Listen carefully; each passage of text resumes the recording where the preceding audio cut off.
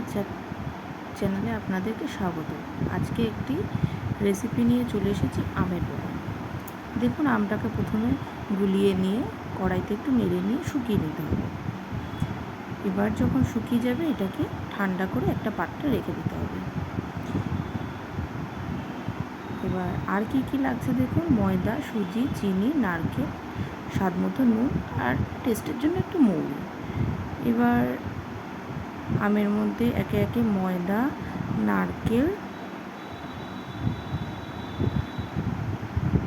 আর সুজি আর চিনি মিশিয়ে নিতে হবে, যেমন করে আমরা তালের বড়া বানাই ঠিক তেমন করে।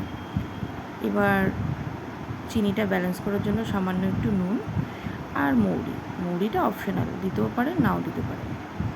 এবার এটিকে ভালো করে মিলিয়ে নিতে হবে। হ্যাঁ, আমি চামচের সাহায্যে প্রথম চেষ্টা করেছিলাম, কিন্তু বাঙালিদের বোঝেনি তো, হাতটাই বেটার। হ্যাঁ, এরপরে না পেরে হাত দিয়েই মাখিয়েছি। এটাকে হাত দিয়ে ভালো করে মেখে 20 মিনিট মতো রেখে দিতে হবে। 20 মিনিট পর ঠিক এরকম হবে। এবার একে একে ফুটন্ত ডুবো তেলে এগুলোকে ছেড়ে দিতে হবে।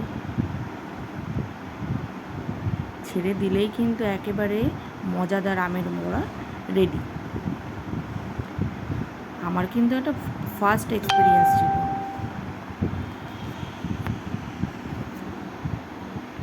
খেতে কিন্তু দারুণ লেগেছে।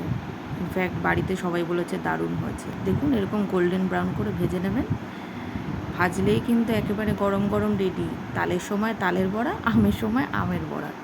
যারা কেউ আম প্রিয় মানুষ তাদের কিন্তু এটা খেতে খুবই ভালো লাগবে। আমি ভীষণ আম খেতে ভালোবাসি, তাই আমি এক্সপেরিমেন্টটা করলাম। আপনারাও করবেন, দেখবেন ভালো লাগবে। দাঁড়ান, ভেঙে দেখাই। দেখুন কী সুন্দর অরেঞ্জ কালারের হয়েছে। পছন্দ হলে লাইক, কমেন্ট, শেয়ার করবেন আর পাশে থাকবেন। আপনারাও ট্রাই করে জানাবেন কেমন হয়েছে।